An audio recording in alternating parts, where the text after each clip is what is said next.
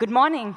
I see some of you have gone to grab coffee, but if you're all standing there, if you want to come and sit, I promise you, this is going to be an interesting session, right? My name is Priya Krishnan, and I lead product management for the data science and AI governance tools at IBM's Data and AI. Today, the topic that we're going to be talking about is pretty critical in the AI industry because I believe we are at an inflection point. So I'm going to be talking to you about AI governance, okay? Okay, before I go into any of that, recognize this car? Yep, the DeLorean. So one of my favorite cars, made popular with the Back to the Future movies.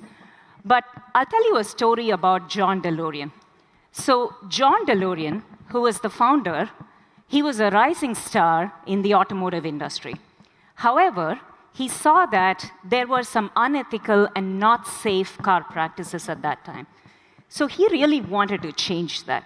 So John DeLorean was a visionary, and he decided that he wants to make an ethical car company that is fuel efficient, that's safe, and it's inexpensive. Okay?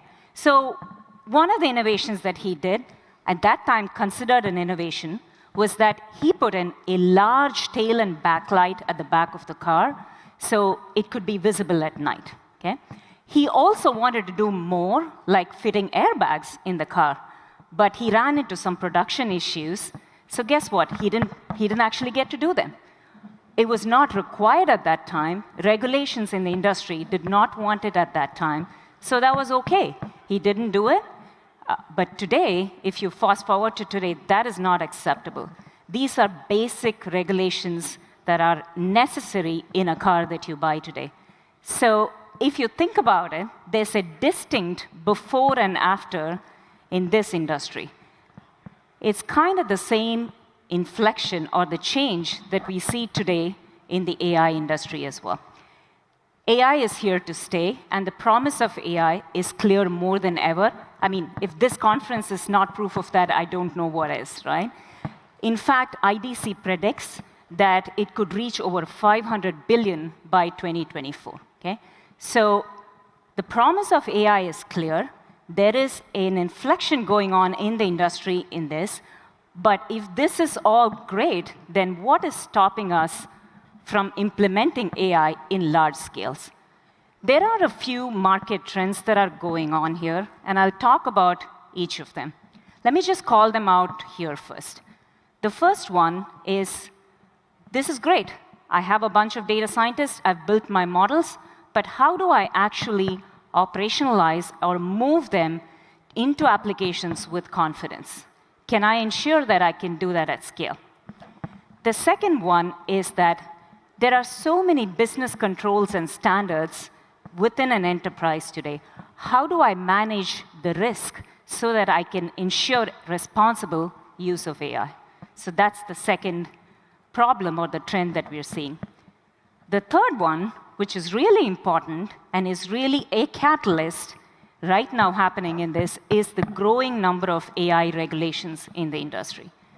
The last one is the number of stakeholders that are participating in the ecosystem and coming together to make sure that there is a responsible and ethical use of AI. Okay? Let's talk about each one of these. But before that, this is something where when we looked at the adoption index, there is still over 50% of companies that do not adopt AI, and there are many, many reasons for that. Some of them they don't have unintended bias. They don't have a way by which they can track their algorithms. Many, many reasons, but it is still not adopted as widely as we would like. Okay? Okay. I put up 4 industry trends or 4 issues. Let's talk about each one of them. Operationalizing AI with confidence, right? One of our clients we worked with, they had over 700 models, data science models built by multiple data scientists, and everybody used their tool of choice. So there were too many models available, but there was no way to know where these models were, what was the model built using, what data was used, and really what happened. So think about if these data scientists leave the company, then there is really no lineage tracking. There's nothing available to know what it is. So that was one of the key problems here, right? The next one is, even if I have all that in place, are my models really transparent, and can I explain every single decision that it made? So lack of transparency and explainability.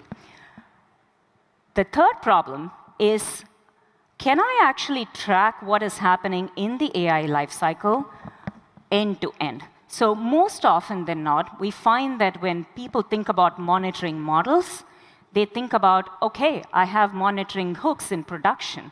I'm good. But really, wouldn't it be nice if you actually started way before, right when the time that the data science models are built, and track the same thing all the way to production, right? The last one is, none of this is going to scale until you have automation in place. So you can do this once, you can do this twice, but if you really want to scale, you need some kind of automation in place. So these are sort of the key top issues that we find that's hindering moving AI models into production and operationalization. Okay? The second one, there was a survey that said about more than 85% of professionals would choose a company that is able to explain to them how their AI models were built and how it is managed and used. Okay? Nobody wants to be in the news for the wrong reasons. So how do you ensure that you are able to manage the risk that your models will not cause or will not give you a decision that will then cause you to have a bad reputation? I mean, we all know trust once lost, that's OK. It's going to be hard to get back, right? So that's the second challenge or the second trend that we're seeing that's happening in the market. And by the way, when we talk about risk and reputation, this is across the industry. It's not specific to a set of regulated industries alone. How do I know that the decisions are fair? If I have hiring practices, how do I ensure that there are fair practices? Some companies are actually going beyond the fear of being in the news to more of making this a social and corporate ethical responsibility. So this is becoming a primary facet of their strategy today as well. So how do I make sure that I'm not biased? But what really happens if things change? Because things will change. So every time something changes, can I ensure that my models are still behaving in a fair manner? The last one is, sometimes we do get decisions out of models that seem kind of counterintuitive. But there is a reason why that decision was made. Can we explain that decision? And can we ensure that that decision is the right decision that a company wants to make? Okay? The third issue, or the third challenge we see, and this one's important because we see constantly changing AI regulations. So in the past, we would see regulations come in maybe once in 2 years, once in 3 years, and they were policies at that time. They were really not regulations. They were strategies and recommendations, if you will. But right now, this is really changing because we see regulations coming across the globe for every industry, and it's coming at a very rapid pace here. It's not just that there are regulations, but these are actually becoming policies. And the problem is, the non-compliance of these policies is expensive. So the non-conformance to the EU Act, for instance, can cost a company up to 6% of its revenues in terms of fines here. Okay? In fact, just the other day, interestingly, the day that we in IBM announced our AI governance solution, just that day, the United States actually released the AI Bill of Rights for fair hiring practices as well. So this is happening fast, this is happening every day. So that's another challenge. How do you manage these? Not just today, but because they're going to be coming in the future, how do you be proactive about managing these regulations? Finally, the stakeholders. So we've always said that at IBM, we've said that data science is a team sport, right? And when we said that earlier, we were talking about different data scientists being able to create models. But actually, that team has now increased, right? It's not just the team of data scientists that are creating these models that are relevant in this life cycle, but many, many, many stakeholders are involved in the process. The risks to profitability, we talked about non-compliance to regulations, so that is important for a CFO. The risks to the brand, so the CMO is involved as well. Chief privacy officers, that's again another discipline that's coming up more and more. And it's really important right now to make sure that we are compliant with business standards within the enterprise, but also with regulations outside. So this is another challenge. How do you ensure that all these stakeholders are involved in making sure that we have models, AI models, that are fair, transparent, explainable, and are compliant with standards? And everybody comes at it from a different point of view. So you need a solution that ensures that the burden is not on a set of individuals to prove what they've done, but for the system to automatically take these and put them in sort of a workflow. Okay? All right, so there are the 4 challenges that we saw. How do you operationalize with confidence? How do you manage risk and reputation? How do you confirm with regulations? And how do you satisfy the growing need of stakeholders? AI governance is really a solution that can help address some of these challenges, right? When I think of AI governance, I think of it as you have the brakes in the car. We'll come back to the car. You have the brakes in the car. You have your seat belts. All of these are meant to help you drive safely faster to your destination. They're not meant to slow you down, right? So think of AI governance in the same way. They are guardrails for you to help you move your AI faster and quicker and to get value from them here. And this one, by the way, is beyond just technology, and I'll talk about that a bit later as well. The trifecta of people, process, and technology is critical for a successful AI governance solution. All right. IBM's AI governance solution. So we think of this in 3 pillars that solves the problems that you saw earlier. The first one is lifecycle governance. This starts with the basic problem of I have too many models sitting somewhere. I don't have a way to catalog these models. I don't have a way to monitor these models. So the first pillar of lifecycle governance helps you monitor, catalog, and actually look at how the models were built, every data that went into that model, all the models that use similar set of data, but all of this is done automatically as a data scientist starts building the models. So the automatic capture of metadata is critical here for lifecycle governance. Let me give you an example of a client that we worked with for something like this, right? They had a team of data scientists, and they took about, I think, a month or 2 to build these models because they used different data. They compared different models against each other. And once they built a model, they then sent it to this model risk validators. And model risk validators were a very small subset team, and they took another month to actually look at the models and validate if they were OK. But as they were validating, they actually had a lot of questions. They were like, well, did you try this other technique? Did you try this kind of data? Why is this giving me this answer? So when they went back to the data scientist to ask this, the data scientists had already moved to different projects, but they had to go and dig up what they had done and actually prove to the model validators that what they built had taken into consideration the different variables. All of this was done through Excel files back and forth. And those were months of time wasted, right? By implementing the start of AI governance solution with lifecycle governance, just being able to catalog, monitor, and automatically collect these facts, the time for that came down from months to like 2 weeks, right? So that's just one example of that. The second one is risk management. How do I use the collected metadata, and how do I put it in a workflow that is accessible for all the stakeholders that are participating in this process here? Another example of this one is when we were working with a client, and it was kind of similar. So the model validator team said, you need to build a model for a different use case.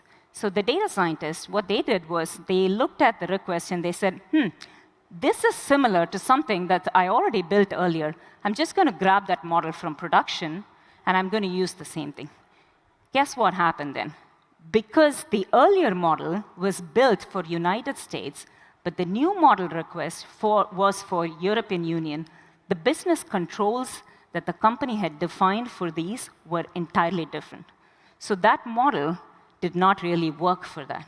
So then they had to go back and make sure that the business standards were corrected. So managing the risk through a workflow and managing it for the business controls that the enterprise needs is the risk management workflow method here. So automatically capturing facts, being able to put it in a workflow, dynamic dashboards so that a CFO is able to see what's going on, the model risk team is able to see what's going on, and the data scientist is also able to see what's going on here. So that's kind of the risk management piece here. The last one is compliance to regulations. So I talked about the non-compliance to regulations. Because these are now becoming policies, there needs to be an effective way to take these policies and actually convert them into a set of rules or policies that can be incorporated into your regular workflow inside the enterprise. So that's the third pillar here, where adherence to regulations for audit and compliance, but you don't want to do that after the fact. You want to do it right at the beginning. You want to make sure that it is automated, and you want to do that consistently every single time for scale. So the three pillars, lifecycle governance, risk management, and regulatory compliance, are the three pillars of AI governance solution. And by the way, you can be at any maturity level. So you may have cataloged everything that you need. That's OK. Then you can start moving into the next level of risk management, right? Or you can start with something like risk management workflow, and then you can start hooking into discovering your models and getting automated facts right throughout the entire AI lifecycle here. Another one I wanted to say was when we keep talking about explaining bias and monitoring. One more example was one of our clients actually, the data scientists, they built their models, and they built it being fair because they removed gender and ethnicity from the model. So they were happy. They were like, OK, it's free of bias. It's fine. But what happened was there was another variable that sort of introduced the risk because it was a correlated variable, and they didn't really catch that, right? And because they didn't catch that, they actually were out of compliance pretty quickly here. So things like those, your solution needs to make sure that it captures not just obvious variables for bias, but also indirect bias or correlated variables for bias as well. Okay? Finally, when we think about a robust AI governance solution, we think it needs to be first comprehensive. It has to be capturing your entire lifecycle, and it has to be consistent. You used an algorithm when you built a model, and then suddenly your metrics changed. How do you ensure that it is consistent throughout as you move from pre-production to post-production? So it has to be end-to-end, and it has to be able to capture the metadata and what is going on for every interaction of that model. The second one is open. We believe very strongly in this because you have chosen your technology, you've chosen what to do with it, your data scientists have already chosen the tools, and they've started building models. We don't want to disrupt that. Okay? We want to come and complement that and work with your existing tools. We strongly believe that it has to be open, and it has to support the frameworks that are already in place. The last one is automated capture of metadata. Again, without that, you will not be able to scale, and without that, the proactive compliance falls short. Okay? Finally, I touched upon this a little bit, but I do want to bring it back again here. We talked about technology, but a good AI governance solution is definitely beyond technology. The trifecta of people, process, and technology is critical for a good AI governance solution. More often than not, that's where we start. Every time we go and talk to a client, they're like, where do we get started? We're like, who are your stakeholders? What's your business case? What do you want to accomplish? Let's start with that. So bring in the right stakeholders, start with the right people, start with a good use case, think about the processes that you want to augment, think about the processes that you want to change or introduce new processes. Do that very carefully. Start with something small. And finally, pick the technology that will help you scale as you move through this landscape, especially with changing regulations. Yeah. I want to leave you all with the 3 principles that we think about. At IBM, we actually have an AI ethics board, and we strongly believe in these principles as we develop technology, and we also use technology from other people. First is the purpose of AI is to augment human intelligence. It is not to replace humans. Okay? We strongly believe in this, and we live by these principles. The second one is that the data and insights always belong to the creator. So it doesn't belong to us. We don't store it. It is it's whoever creates it. It is yours. Okay? The third one is new technology, including AI systems, must be transparent and explainable. Here. So wanted to leave you all with this. Please come and join us at our booth here, but I'm also available here if you all have any more questions. I hope you enjoyed this, and I look forward to speaking with you all. And yeah, let's strap our seatbelts and put the brakes on, and let's go. Thank you.